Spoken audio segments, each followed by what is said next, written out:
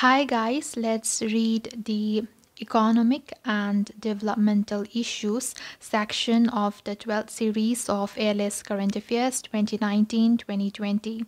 So the first chapter is Champions Platform. So the Prime Minister Narendra Modi launched a technology platform called Champions Platform on June 1, 2020. It stands for Creation and Harmonious Application of Modern Processes for Increasing the Output and National Strength. It is basically for making the smaller units big by solving their grievances, encouraging, supporting, helping, and hand-holding. It is a real one-stop shop solution of Ministry of Micro, Small and Medium Enterprises, MSMEs. It is an ICT-based system which is set up to help the MSMEs in present difficult situation and also to handhold them to become national and international champions. The detailed objectives of champions. The first one is grievance redressal. To resolve the problems of MSMEs, including those of finance, raw materials, labor, regulatory permissions, etc., particularly in the COVID-created difficult situation. Number 2, so what is its objective? The second objective is to help them capture new opportunities, including manufacturing of medical equipments and accessories like PPEs, masks, etc., and supply them in national and international markets. The third objective would be to identify and encourage the sparks. That is, the potential MSMEs which are able to withstand the current situation and become national and international champions. It is a technology-backed control room cum management information system. In addition to ICT tools including telephone, internet, and video conference, the system is enabled by artificial intelligence, data analytics, and machine learning. It is also fully integrated on real-time basis with Government of India's main grievances portal CPGRAMS, CPGRAMS, and MSME Ministry's own other web-based mechanisms.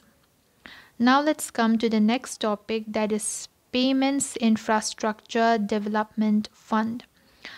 The Reserve Bank of India, that is the RBI, on 5th June 2020 announced the creation of a Rs 500 crore Payments Infrastructure Development Fund, PIDF.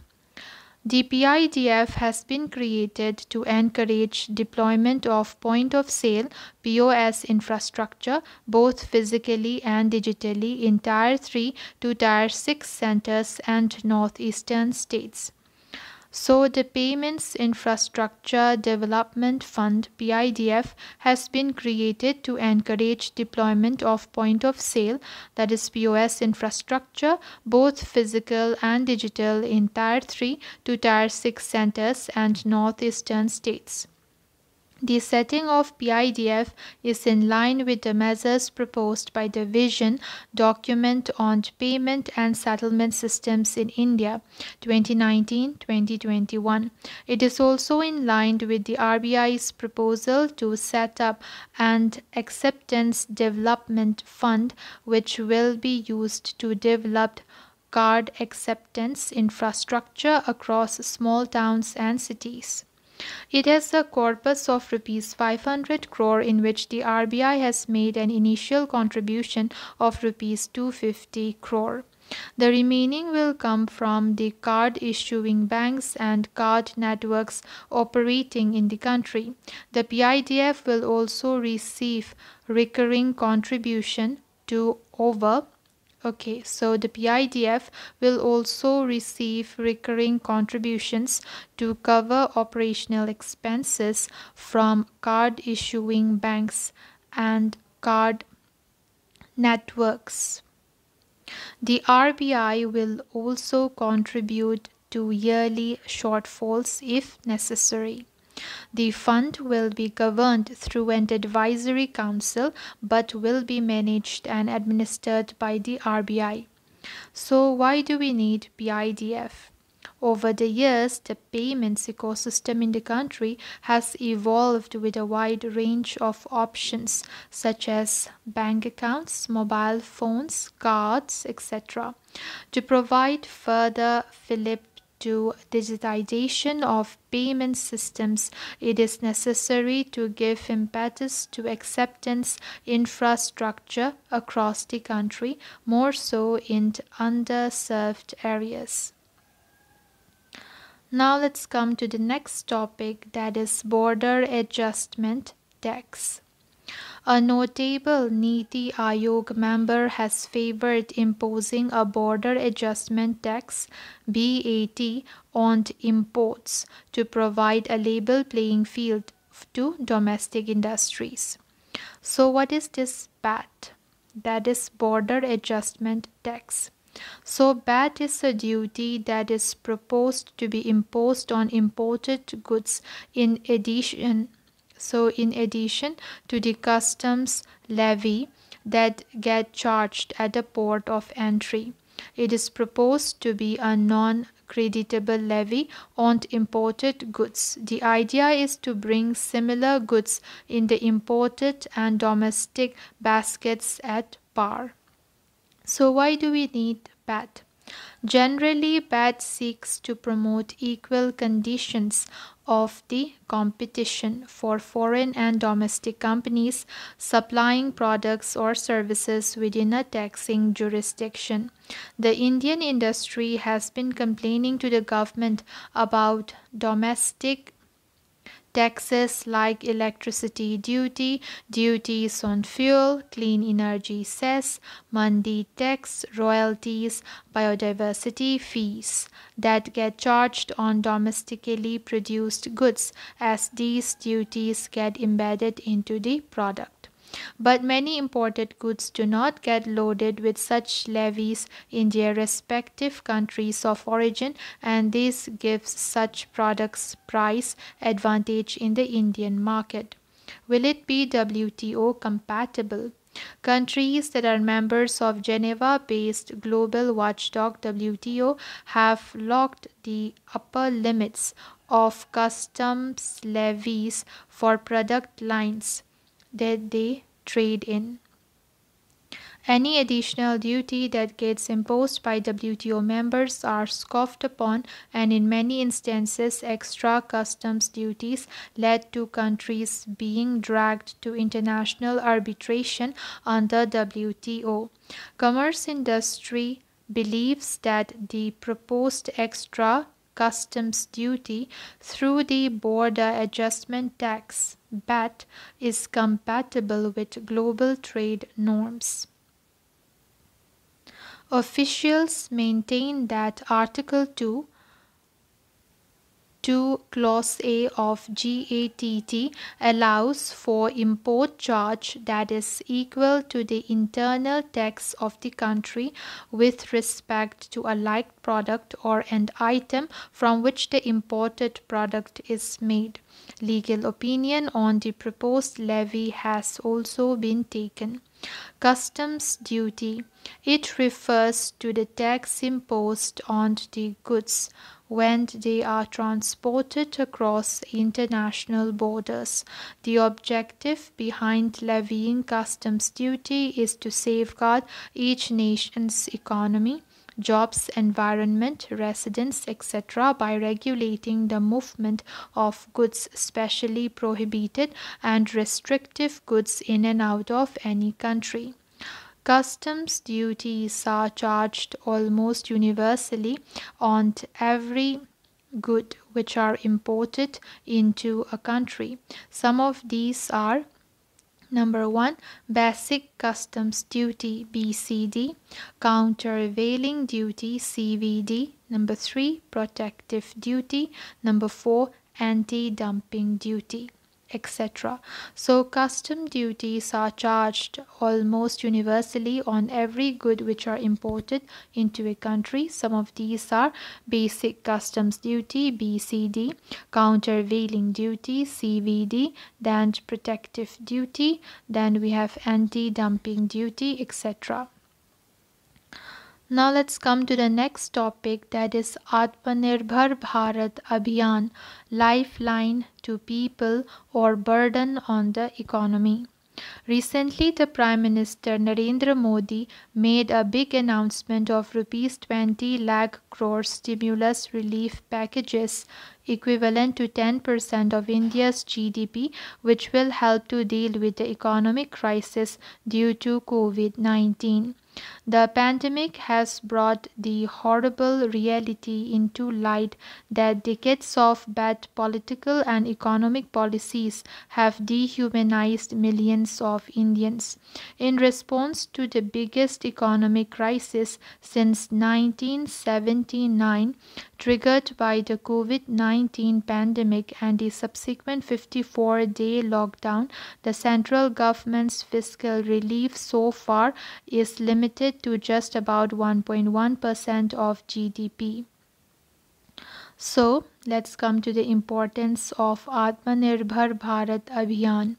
As a reaction to COVID-19 crisis, the Atmanirbhar Bharat Abhiyan policy is aimed at meeting Mahatma Gandhi's vision of individual self-reliance and recognizing poverty as the worst form of violence.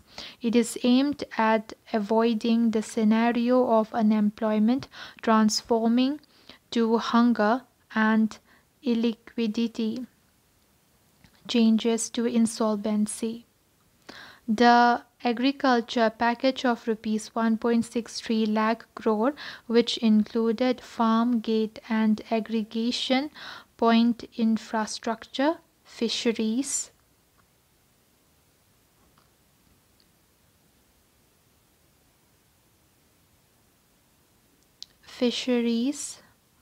then animal husbandries and others. Animal vaccination micro food enterprises is launched to support the primary sector, which provides employment to the largest population in India. Okay, so the agriculture package of rupees 1.63 lakh crore, which included farm gate and aggregation point infrastructure, fisheries, animal husbandries, and others, like animal vaccination micro food enterprises, is launched to support the primary sector, which provides employment to the largest population in India. The non-bank liquidity package of rupees 5.94 lakh crore, which included MSMEs, NBFCs, MFIs, housing finance companies, power discoms, and others. PF tax relief is aimed at providing relief to the loanees and taxpayers. The migrant and farmer package of rupees 3.16 lakh crore, which included concessional credit via Kisan Credit Card, farmer working capital, affordable housing, and others, like food, street vendors, microloans, is aimed at providing relief mainly to the workers in the unorganized sector. The welfare and health package of rupees 1.85 lakh crore, which included women and pensioner benefits, MN Manrega, emergency health response, and others like food, financial security, aims to target the vulnerable section of the society. The RBI's liquidity measures of rupees 5.24 lakh crore, which included two phases of targeted long-term repo operations, CRR cut, marginal standing facility limit increase, refinancing facilities, and mutual fund special liquidity facility is aimed at maintaining liquidity in the market.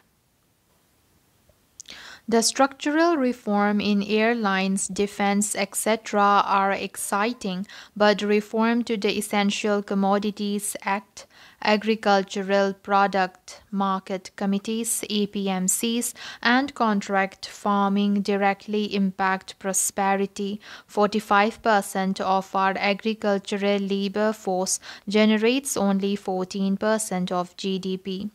It marks the end of monopolies and aims to provide a new public-private partnership opportunity which ensures pragmatism and efficiency targeting. It is not cutting off India from the world, but instead it is creating new openness to ideas, investment, and trade. It is aimed at making India self-reliant and prepares themselves from post-COVID-19 repercussions. It is a major push for Indian local brands to advertise and make their products visible at a national level at the beginning and eventually position themselves to face global competitions in the future. Now let's see this figure, Atmanirbhar Bharat, the road ahead. 5 pillars of self-reliant India. Number 1, economy. Quantum jumps, not incremental changes. Number 2, infrastructure, one that represents modern India. Number 3, system, technology driven. Number 4, demography, vibrant demography of the largest democracy. Demand, full utilization of power of demand and supply. Atmanirbhar Bharat Abhiyan. Package of rupees 20 lakh crores, about 10% of GDP.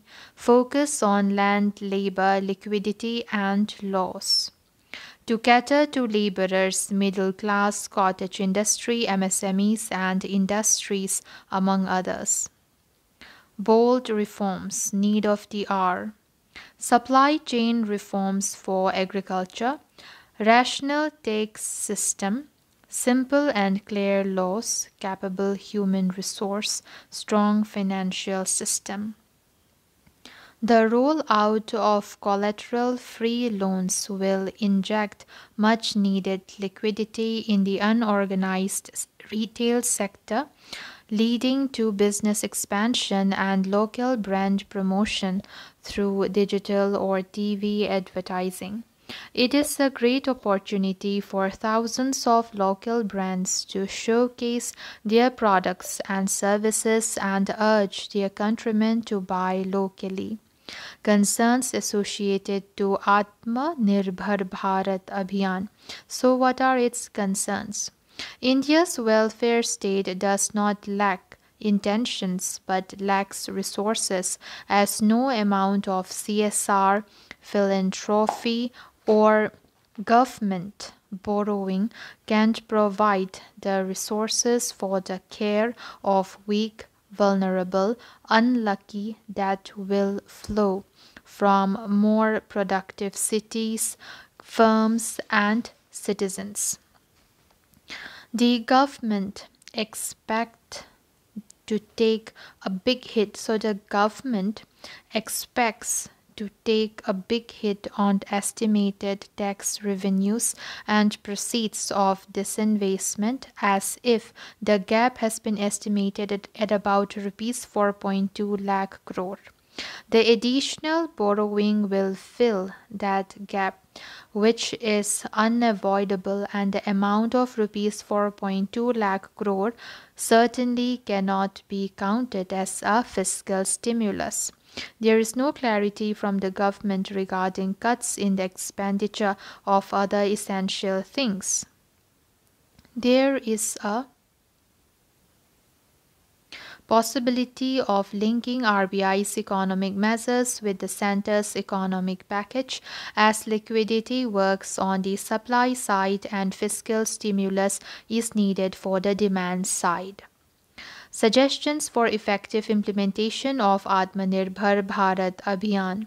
There are unfinished agendas of Atmanirbhar Bharat Abhiyan 2.0, which includes civil service reform, government reform, financial reform, urban reform, education reform, skill reform, and labor reform. The local brands must utilize the digital platform in order to showcase their product and increase their reach.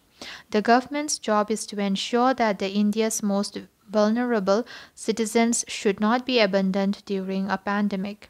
India requires a strong and reliable supply chain networks SCNs connected through modern communication and technology, as such networks will ensure continuous generation of revenue for small and marginal farmers, small traders, and for micro, small and medium enterprises, that is MSMEs.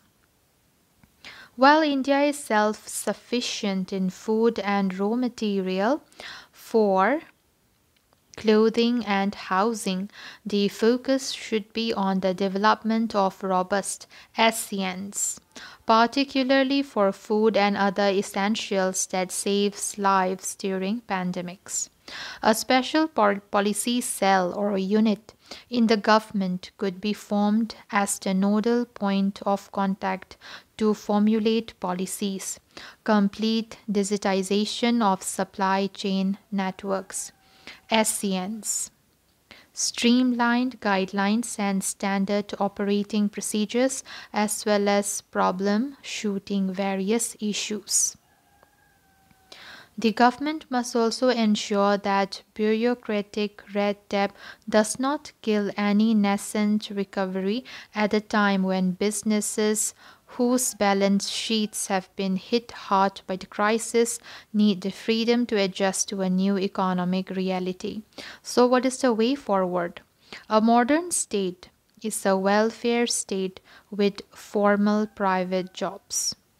The idealization of Scandinavian social democracies forgets that their dense social security nets are underwritten by remarkably free economies.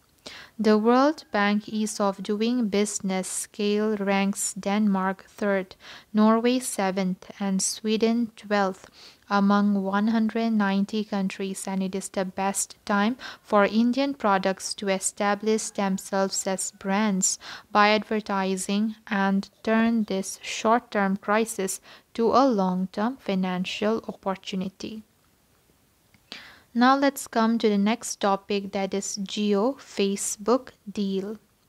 Recently, Facebook has announced to acquire a 10% stake in Reliance Industries' Geo platforms for 5.7 billion US dollar. This deal is a win-win situation for both players, as through this deal Reliance Industries seek to offload its debt and Facebook will now finally get its India's booming telecom market.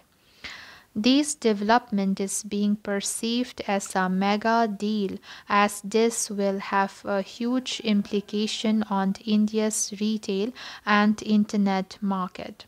However, concerns like impacting net neutrality, competition, and data privacy issues also emanate from this deal.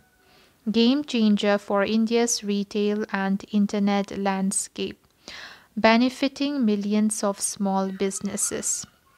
At its core, Reliance's idea is to create an ecosystem by enabling customers to access the local Kirana stores using WhatsApp, combining both offline and online retail.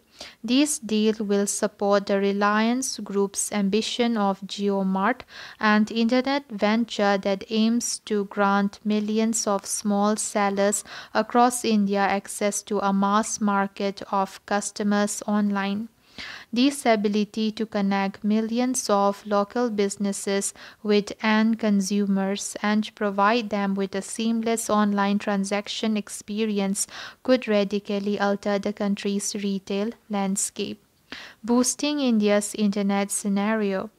This strategic partnership with India's one of the largest telecom operations will be key to India's future technological place, particularly in virtual reality, VR, and Internet of Things (IoT) and 5G network. India's internet framework may get a technological boost, and that too reaching citizens in a short time. This deal may help in deepening financial inclusion as 400 million users of WhatsApp may leverage Facebook's WhatsApp Pay UPI platform. Also, because of Facebook's Libra cryptocurrency service, this deal could be a step further for experimenting crypto-based payments and blockchain technology on a large scale in India. Issues related with this deal. Compromising net neutrality. This deal raises questions on net neutrality, with the possibility of preferential treatment being granted to Reliance Jio. The deal may also open up the entire WhatsApp consumer base to Reliance, which could allow Jio to have an advantage over other telecom players by promoting differential access to its services. Facebook's free basis platform was shut down by the telecom regulatory authorities of India, TRAI, due to net neutrality concerns. In 2015, it experimented with Free Basics, which provided free access to basic internet services as a partnership with service providers. Also, violation of principles of net neutrality is difficult to prove owing to technical issues like low bandwidth, the difference in the network capacity in different areas. Data privacy issue. This deal has raised concerns of data privacy as the enormous amounts of data. WhatsApp now has over 400 million users, and Jio has about 390 million telecom subscribers in India will be collected by these entities. The data privacy issues have been highlighted in the past in the Cambridge Analytica case. Data is also referred to by many experts as the new oil or new currency of the 21st century. This is due to the fact that the vast quantities of data generated by users of online services can be processed into valuable information for commercial and strategic gains by technological giants like Amazon, Google, etc. Further, these concerns are more prominent, especially when India still does not have a personal data protection law. Disruption in market competition. Through this deal, JioMart could become a one-stop shop for e-commerce, social media consumption, instant messaging, and also digital payments. Indian startups have shown their concerns about the difficulty or inability to compete with big tech companies and their impact on the Indian market ecosystem. Also, there are concerns that this dominant pair could easily become a monopolistic entity that wipes out all competition. So, what is the conclusion? This mega deal will have major implications on India's retail and internet landscape. However, in the context, the role of regulatory bodies such as the Competition Commission of India and the Telecom Regulatory Authority of India, that is TRAI, assumes much importance. The nature of such regulation will decide the overall fate of India's market, whether it will turn into digital Sarvodaya or will deepen the digital divide. So that's all guys. See you in my next video. Bye.